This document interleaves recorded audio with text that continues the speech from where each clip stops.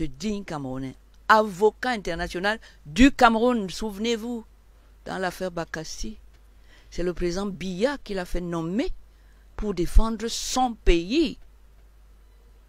Il l'a fait un avocat brillantissime, compétent, patriotique. Il a gagné l'affaire de Bakassi sur les prétoires internationaux. Et voilà comment on le remercie. Vous imaginez ça? Pour moi, c'est un choc indescriptible, inacceptable, irrecevable. J'ai pris ça comme si on m'avait poignardé personnellement. Et ça, c'est quelque chose que j'aurais beaucoup de mal à digérer et à accepter. Mais venant d'un régime dont vous décriez les méthodes depuis plusieurs années, est-ce que vous vous dites qu'ils ont franchi le Rubicon? Ils ont franchi le Rubicon. Mais pour moi, ils l'ont franchi depuis longtemps. Hein. Quand il s'agit de Camtos notamment, c'est incroyable ce qu'ils deviennent fébriles. Ils sortent des gonds, ils sont prêts à assassiner ce pauvre. Ils sont prêts à tout pour éliminer Camtos. Et là, je pensais quand même qu'ils allaient lui laisser la possibilité, puisqu'ils sont tellement sûrs du bon travail, du bilan du monsieur Biya. 43 ans, il a plus d'atouts pour se faire aimer par le peuple. Il a 43 ans de bon bilan à présenter, j'espère. Eh bien, je pensais qu'ils allaient le laisser et que c'est à la fin qu'ils allaient instrumentaliser le Conseil constitutionnel au moment de la proclamation des résultats des élections et qu'ils vont le faire battre comme ils en ont les moyens. Ils ont dans tous les leviers du pouvoir, ils sont là. Et les organes qui font marcher ces organes-là sont les leurs. Et chacun est en mission commandée. Je croyais qu'on allait laisser au peuple l'illusion de l'exercice du pouvoir souverain dont on dit qu'ils sont détenteurs. Le pouvoir de nommer le président de la République pendant 7 ans, comme on a dû le faire pour Biya pour qu'il soit président. Ben non, c'était trop fort pour eux. Il fallait absolument humilier, blesser, rejeter, expulser le président, le professeur Camtos. Et ça passe pas dans mon cœur. Ça passe pas. Je ne leur pardonnerai jamais ça. C'est pour ça que vous dites jamais. Que vous êtes en colère. Une colère noire qui peut me tuer. Hein. Non. Ah oui? Dites pas ça, mais... Non, parce que nerveusement, c'est difficile pour moi. Encore à vous. Oui, parce que quand je n'ai pas donné de coups de poing, je ne vais pas... Ben oui, je ne vais pas... Je me prêterais volontiers au jeu si ça me rassure que vous avez encore quelques années avec nous. Oui, oui, vraiment. Non, non, vous savez, l'injustice déjà. Moi, je travaille au tribunal depuis 56 ans. Et je combats l'injustice. Je combats l'acharnement contre des citoyens qui n'ont pas les moyens de se défendre et qui risquent gros, c'est-à-dire ce qu'ils ont de plus cher, leur liberté, leur isolement par rapport à leur famille quand on les met en prison, la perte de leur dignité, de leur liberté d'aller gagner leur petit pain et de manger. Je travaille là-dedans depuis 56 ans. Eh bien, je ne me suis pas du tout habitué à l'injustice. C'est très sensible. Et je ne peux pas. Question. Ça me touche plus que tout au monde. Je vous assure. J'en veux beaucoup au président Biya d'avoir fait ça. D'avoir laissé faire ça. Surtout que lui-même est candidat. Je pensais qu'il allait montrer beaucoup de respect pour ses compatriotes qui sont des candidats.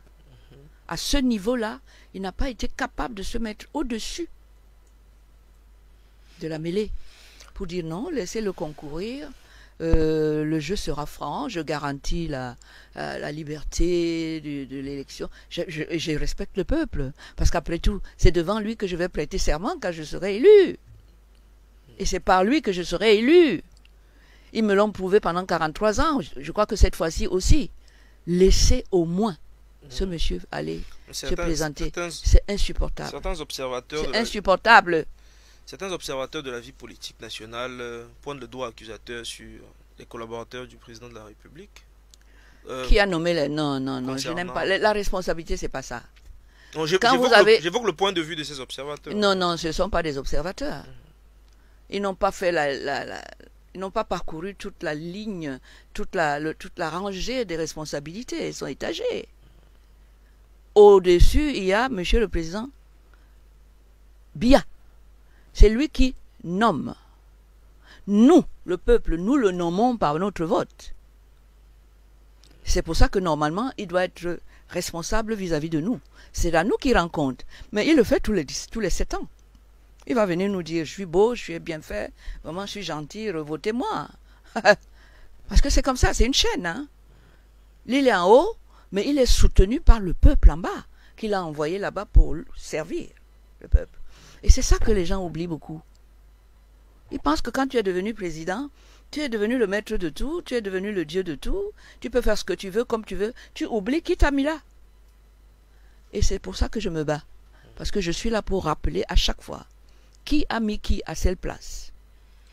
Alors, mais d'après vous, Voilà. les éléments de droit évoqués, que ce soit par Elections Cameroun, le MINAT ou le Conseil constitutionnel, notamment la pluralité d'investiture au sein du Manidem, pour vous, c'est de la poudre de perlimpinpin?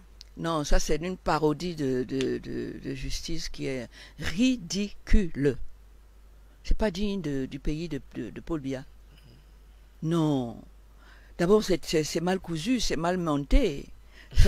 Non, mais franchement, vous avez tous les pouvoirs. Mais oui. Le scénario Yebga, mais ils sont allés jusqu'à faire du faux. Pour moi, pénaliste, le faux est un délit, sinon un crime. On devrait poursuivre les gens qui ont fait ça devant les juridictions compétentes du pays. Pour qu'au nom du peuple, on les juge. Parce que c'est un foutage de gueule. Au moment où le peuple est en train de vouloir exercer ce pouvoir de nommer par son vote le président de la République, le premier Camerounais, les voilà qui sont dans des papiers en train de tricher, de frauder. Ça va être assis sur quoi la victoire du président Biya? Même pour lui-même. Ça va être assis sur quoi? Quand en Mondo Vision, la personne que tu as désignée pour aller défendre, vous dites qu'il ne sait pas faire le droit, il ne sait pas composer un dossier de candidature, vous allez faire croire ça à qui? À personne. Ni ici, ni ailleurs. Ailleurs, justement, vous qui travaillez beaucoup avec des organisations sur le plan international, est-ce que d'après vous, ces événements ne sont pas de nature à jeter du discrédit sur... C'est fait, c'est fait. Le Cameroun viole ses engagements internationaux tous les jours. Pour se maintenir au pouvoir de cette manière-là, c'est la loi internationale qui est en haut. Hein? C'est elle d'abord qu'il faut respecter. C'est-à-dire les droits humains, les droits des gens d'aller, venir, de choisir, etc. Vous le violez, tout le monde. Vous croyez que l'extérieur là-bas, ils sont idiots, ils sont fous, ils sont aveugles, ils ne savent rien, quoi. Vous avez fait votre coup là, c'est bon? Non, c'est pas bon. Ce n'est pas bon et ce n'est que le début. Ils seront informés et chacun dira là-bas ce qu'il sait. Malheureusement, les sanctions vont venir, mais contre le Cameroun. Oui. En 1982, à l'arrivée au pouvoir du président de la République, Paul Biya, on a eu un entretien il y a quelques années. On a dit que vous étiez de ceux qui étaient plutôt enthousiastes à l'idée de l'arrivée celui qui était présenté à l'époque comme un démocrate. En tout cas, il semblait envoyer des signaux plutôt différents de ceux du pouvoir d'avant, de celui d'Ahidjo. 43 ans après, pour vous qui avez vécu son arrivée, quel est votre état d'esprit? Quel est le bilan que vous faites alors qu'il s'apprête à demander un 8e mandat? Déception totale. Le président Biya, c'est comme... Il n'y a même pas un point positif, maître. Même pas. Mais moi, je vous laisse les positifs, trouvez-le. Moi, je garde le négatif, parce que c'est ça qui impacte négativement ma vie, et qui me fait de la peine, et qui me fait souffrir. Le positif, je ne dis pas qu'il n'y en a pas. Cherchez, trouvez, mettez ça sur la place publique. Mais vous savez, il y a tellement de gens qui sont payés pour dire du bien du président. Eux, ils sont payés. Moi, je ne suis pas payé pour dire du bien ni du mal. Du tout. Je parle avec mon cœur. Je parle avec ma chair qui souffre. Je parle avec la compassion pour ceux avec lesquels je vis tous les jours. Je parle avec les tribunaux qui ne fonctionnent pas selon les valeurs de la République. Je parle avec ce qu'on nous a mis en place, ce qu'il a ratifié comme texte, comme loi supérieure, et qu'il viole tous les jours allègrement. Ça, je le vis. C'est mon gagne-pain, la justice. C'est sur ça que je travaille. C'est avec ça que j'élève mes enfants. Vous comprenez que quand vous êtes touché à cet endroit-là de votre vie, ça fait mal. Ça fait mal et ça vous met la révolte ici. On a envie de bondir sur la personne, comme une tigresse, pour qu'il arrête, pour qu'il desserre les taux, pour qu'il arrête de vous faire mal, de faire mal au vôtre, tous les jours, que vous voyez que lui ne voit pas. Il faut cesser ça. 43 ans, Monsieur le Président, on vous a tout donné. On a veillé à ce que vous ayez les plus beaux appartements où vous dormez, le plus beau palais, le plus beau du Cameroun, que vous viviez dans l'opulence, que vous ne manquiez de rien, les plus belles voitures, les voyages. S'il vous plaît, arrêtez-vous un moment et dites, mais au fond c'est vrai, ils m'ont quand même donné ça, je ne peux pas nier. Mais qu'est-ce que moi je leur ai donné? On ne peut même pas exercer notre liberté d'aller et venir. Vous ne pouvez pas marcher dans la rue. La rue, c'est le bureau du peuple. Vous ne pouvez pas. Parce qu'il n'a pas travaillé la route pour qu'elle puisse vous appartenir. Pour que vous puissiez l'utiliser. Pour aller et venir, exercer ainsi votre droit fondamental d'aller et venir. Vous ne pouvez pas. Oui. Travail, patrie, travail, c'est ignorer le nombre de chômeurs et de gens qui n'ont plus d'avenir. Quand il se lève le matin, il se dit qu'est-ce que je vais faire demain, l'année prochaine, qu'est-ce que je vais faire les enfants. Il n'a pas de réponse. Il voit flou. Il y a un nuage devant lui. Ce n'est pas une vie, Monsieur le Président. L'ancien collaborateur du président de la République, Paul Biya, Issa Chiroma Bakary, dit qu'il est devenu inaccessible. Il a toujours été. Il est très rare. Il a toujours été. Au-delà des dénonciations que vous faites depuis toutes ces années à travers les médias, est-ce que vous avez essayé d'appeler Paul Biya pour lui dire que la direction... Je n'ai pas le numéro de téléphone de M. Biya. Vous savez, du temps de son prédécesseur, le président Ahidjo, qui n'avait presque rien en commun avec moi. Il était du Nord, je suis du Sud, musulman, je suis chrétienne, je sais pas, il est né en 1930 et quelques, moi c'est 40 et quelques, bon, on n'avait rien. Mais j'avais osé un jour envoyer une demande d'audience à travers M. Tanko, qui était le président départemental du... Comment s'appelait le parti de l'UNC pour dire, j'aimerais bien que tu m'obtiennes une audience auprès du président. J'avais une vingtaine d'années. Une vingtaine d'années. Il n'avait pas encore 30 ans. Nous sommes dans les années... au début des années 60. 60, oui, 68, 69. Oui. Eh bien, figurez-vous que... J'ai attendu, après j'ai oublié. Figurez-vous que lorsque le président Ahidjo a prévu un voyage à Douala, arrivé ici, sur la liste des audiences, parce que quand il est ici, il était ici, il recevait quelques personnes localement. J'étais sur la liste de ces audiences et il m'a reçu. Président Ahidjo, celui qui a nommé Biya. Celui qu'on dit qu'il était un dictateur. Moi, j'étais, je te dis, j'avais pas 30 ans. Je venais d'être avocat. Mais il était tellement fier qu'il a des avocates femmes qui sont camerounaises, qui vont dans les conférences internationales représenter le pays. Ça ne le laissait jamais indifférent. Et j'ai eu des audiences du président Biya quand il était Premier ministre. Donc, il me connaît très bien. Très bien. Il me voyait aller chez son patron. Eh bien... Depuis qu'il est président de la République, il n'a jamais reçu la première femme à exercer le métier d'avocat au Cameroun. Pas du tout. Je ne sais même pas s'il peut encore me reconnaître. Mais est-ce que vous avez essayé, comme par le passé avec Ahidjo, est-ce que vous avez essayé d'adresser une demande d'audience? Ben, est-ce que lui, il n'a pas appelé des gens qui n'étaient pas avec lui, qui étaient dans ma situation? Il les a jamais appelés là-bas parce qu'il avait, pour une raison, pour une autre, une mission, alors qu'on... Il me connaît, non? Non. Non. Alors, non, je ne commande pas les visites présidentielles. Du temps d'Ahidjo, là, j'avais un petit problème à lui soumettre. Je lui ai soumis, il l'a réglé. Mais là, avec lui, bon... Il n'a pas besoin de moi, moi non plus, je n'ai pas besoin de lui. Je me débrouille comme je peux, comme tous les Camerounais le font. Et puis on navigue, et on va chacun sur des chemins parallèles qui ne se rencontrent jamais apparemment. Donc, comme on le disait, le président Paul Biya est candidat à sa réélection pour un 8e mandat. Il est âgé de 92 ans. pas besoin de vous demander si vous, vous allez soutenir sa candidature. La réponse, on la connaît. L'opposition camerounaise, par contre, avec le rejet de la candidature de Maurice Kamto, est-ce que vous pensez qu'elle a des chances à l'élection présidentielle qui arrive là? Aucune opposition n'a de chance, parce que vous prenez le problème sous un angle qui n'est pas le mien. Mon angle est le suivant. Le président Biya, une fois qu'il est au pouvoir, a décidé d'avoir un seul projet à suivre. Lequel? Son projet, mourir au pouvoir. Oui.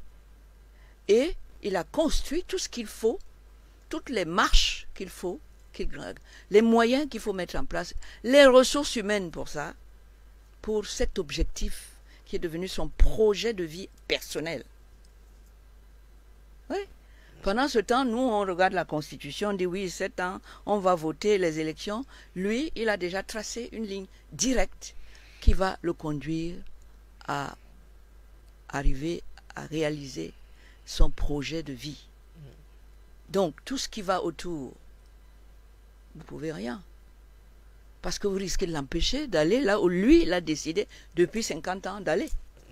Il veut être dans le Guinness des gens, des présidents camerounais, du Cameroun, Oui, qui ont mis 50 ans au pouvoir. Et ce mandat lui permettra de faire 50 ans.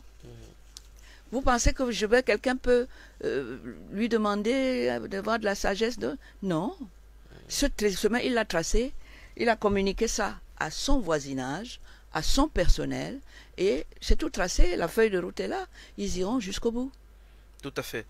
On marque une pause dans cet entretien, le moment de vérité. Je rappelle pour ceux qui nous retrouvent à l'instant que nous sommes en compagnie de Maître Alice Com. C'est la première femme à exercer le métier d'avocat au Cameroun. Elle est également en charge de la défense des droits de l'homme. On reparlera avec elle dans la deuxième partie de notre entretien de l'élection présidentielle à venir, de ses enjeux et également des mécanismes qui sont mis en place par les acteurs de l'opposition pour travailler à une alternance. A tout de suite pour la suite des amis.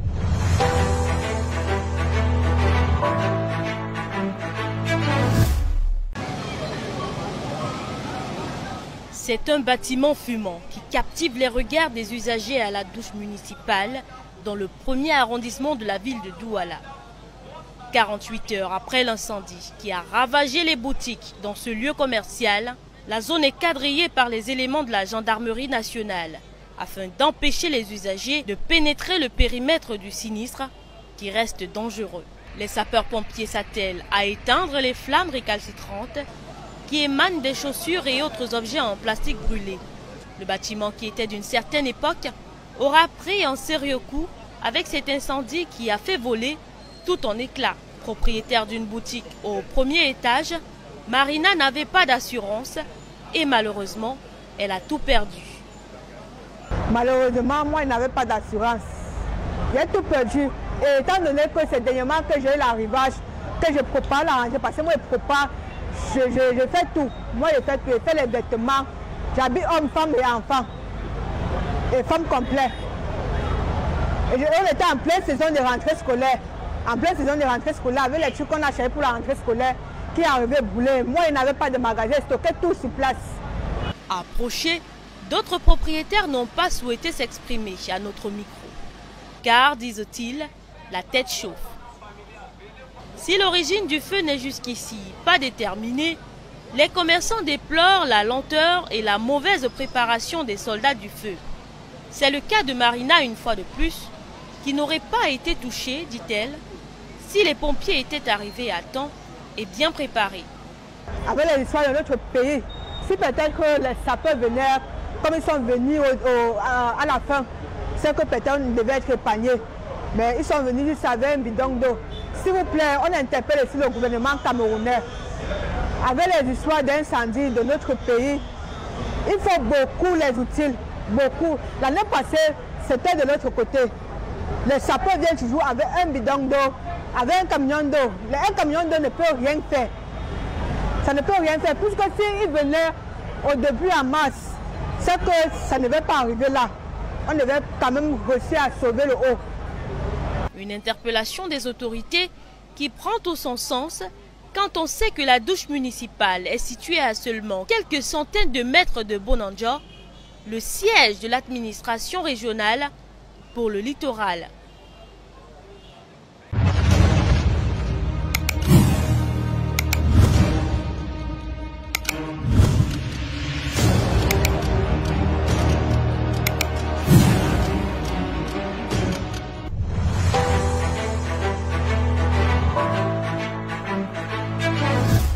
Moment de vérité sur Afrique Informe, nous recevons Maître Alice Combes, comme on vous l'a dit d'entame. Alors, pour beaucoup d'acteurs clés du monde politique camerounais, notamment Jean-Michel Ninche, le pouvoir aujourd'hui est géré par procuration. Est-ce que c'est un avis que vous partagez, Maître Alice Combes? C'est-à-dire que des gens qui considèrent que le président Paul Biya n'est plus là et que sur le champ politique, sur le terrain de l'action, on ne voit que ses collaborateurs. Ben, écoutez, je fais le même constat. Mais je trouve tout à fait normal qu'à son âge, il soit aidé, comme moi. Quand je viens ici, comme c'est le cas aujourd'hui, j'amène mon fils, j'amène ma canne. Je ne faisais pas ça quand j'étais plus jeune. Donc le président, qu'on le veuille ou non, est atteint par la limite d'âge. Pourtant, vous avez 12 ans de moins que lui. Oui, oui, oui. Alors, qu'on le veuille ou pas, il n'est plus en âge de gouverner.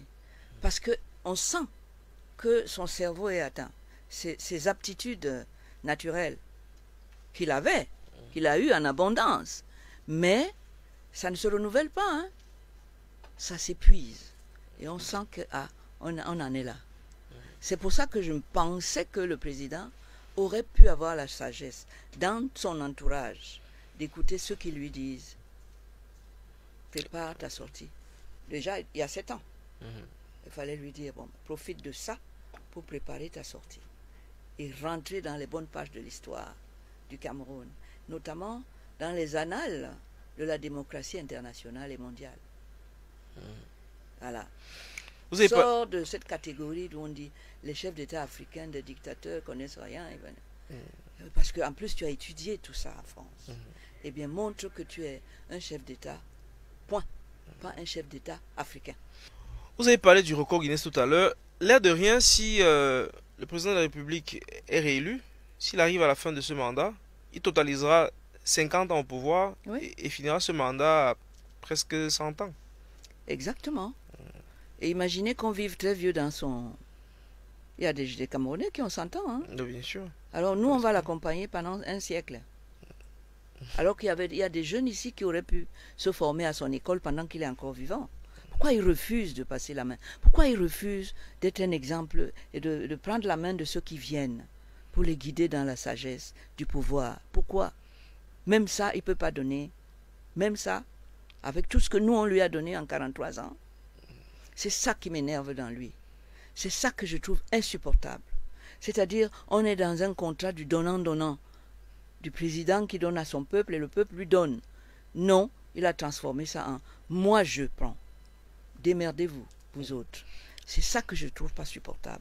Est-ce que c'est pas parce qu'il a permanemment le sentiment du travail inachevé? Il se dit il faut quelques années de plus pour... Parce que alors, à ce moment-là, il se croit indispensable. Quand il va mourir, alors il va nous laisser comment? Parce qu'il va mourir, comme moi.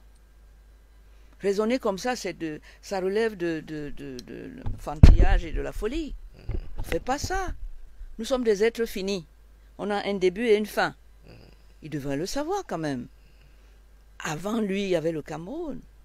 Pendant lui, il y a eu le Cameroun. Après lui, il y aura un Cameroun. Quelle que soit la personne. Mais il y aura ça. Donc, je ne peux pas accepter ce genre de raisonnement comme venant de lui. Ce serait trop... Non. Il baisserait encore plus dans mon estime. Je ne peux pas l'accepter. Alors, comment est-ce que l'opposition s'organise? Je vous ai déjà posé la question une première fois. Je vous la repose encore. Est-ce que pour vous, il faut absolument une coalition de l'opposition pour essayer, au moins à l'occasion de cette élection présidentielle, de battre le Rassemblement démocratique du peuple camerounais? Écoutez, je ne suis pas dans la politique politicienne. Je ne suis pas un chef de parti. Ça, c'est des choses qu'il faut voir au sein de ceux qui avaient la possibilité de concourir à cette élection et qui voient leur équipe diminuer d'un candidat ou de plusieurs candidats, je ne sais pas. Voilà. C'est à eux maintenant de s'organiser. C'est eux l'opposition. C'est eux qui représentent l'opposition. Ce n'est pas moi. Moi, je suis de la société civile, je suis un citoyen lambda, mais éclairé, qui sait ce que c'est que le président de la République par rapport à la population. Qui sait ce que le président de la République, c'est quelqu'un qui est un mandataire de la population. C'est-à-dire que c'est la population qui a le pouvoir, qui lui donne un mandat pour une durée déterminée. Et en lui donnant le mandat, lui, il promet d'améliorer les conditions de vie de chacun d'entre nous. Voilà le contrat, en fait, la base de notre relation avec le président de la République. Sauf que nous jouons le nôtre, nous remplissons pleinement notre contrat, mais que lui ne commence même pas. Il pense, à le voir, on a vraiment la nette impression que non, il ne nous doit rien du tout, dans sa tête. Ça m'énerve beaucoup. Tout à fait. Voilà. Mais ce peuple aussi, qui ne conteste pas beaucoup, qui ne parle pas beaucoup, certains parlent du syndrome évoquent le syndrome de Stockholm. Est-ce que, enfin, de deux choses l'une, soit il est résigné, soit il est en accord avec ce qui se fait. Non, le peuple camerounais souffre d'un manque de leadership. Vous savez, en Afrique du Sud, il a fallu qu'il y ait Mandela. Ça, c'est le leadership. Et les gens ont un repère, une personne en qui ils s'identifient ou en qui ils confient leurs espoirs de changement. Ici, vous n'avez personne. Alors, forcément, comme le peuple est éparse, qu'il est partout, dans toutes les couches, en verticale et horizontale, comment voulez-vous qu'on sache où on va? Vous avez un troupeau de moutons, il n'y a pas de berger. Vous croyez que ça va se passer comment? C'est la même chose. Le mal du Cameroun aujourd'hui, c'est l'absence de leadership. Un leader charismatique qui affronte le pouvoir en faisant comprendre, imposer au pouvoir sa place de serviteur. C'est sa place, c'est le serviteur du peuple. Et qui agit comme le peuple doit le faire. Et d'autres rétorquent Voilà. que les manifestations sont généralement réprimées. D'ailleurs, maître, à l'occasion justement des audiences pour le compte du contentieux préélectoral, il y a des Camerounais, lorsqu'il y a des dispositions qui prévoient que en matière électorale, les audiences sont publiques, il y a des Camerounais qui ont essayé d'entrer au palais des congrès, qui ont non seulement été empêchés, mais qui ont été interpellés et qui, au moment où nous parlons, sont encore gardés. Est-ce que c'est pas ce dispositif-là qui finalement fait en sorte que les uns et les autres soient un peu frileux? Ils sont frileux comment? Vous croyez que la révolution de 1789, il n'y a pas eu de mort? Il n'y a pas eu des gens en botte avec des fusils pour chasser le peuple? Le peuple gagne toujours. Il doit prendre ses risques. Sinon, on ne sera plus du tout un peuple. Il faut qu'on puisse assumer parfaitement notre mission jusqu'au bout, parce qu'il y a les générations futures à qui on doit laisser un pays qui marche selon une certaine logique. Pas qu'il y a des moutons qui vont dans tous les sens, il n'y a pas de berger. Nous devons être des bergers. Nous devons canaliser le troupeau. C'est pas le troupeau qui aura tort demain s'il s'éparpille partout. Il y en a qui vont dans l'eau, l'autre dans la brousse, ils te combattent n'importe où. C'est la faute du berger. Ne me faites pas croire que le Cameroun n'a pas de berger. C'est faux. J'attends qu'ils sortent, qu'ils fassent ce qu'ils ont à faire. Il y a des jurisprudences, il y a des choses qui se passent ailleurs, on voit. Il y a une façon de mobiliser le peuple. Mais il faut le mobiliser pour lui donner une direction, une mouture, pour lui donner des formes. Sinon, alors tous ceux qui disent je fais la politique, j'aime beaucoup un garçon comme Ekane. Il est vivant, non? Bien sûr. Il a fait la tôle. On lui a tiré dessus plusieurs fois. 74 piges. Vous avez l'impression qu'il a changé? C'est qu'il est droit dans ses bottes et dans ses convictions. C'est ça qu'il faut. C'est ça le leadership.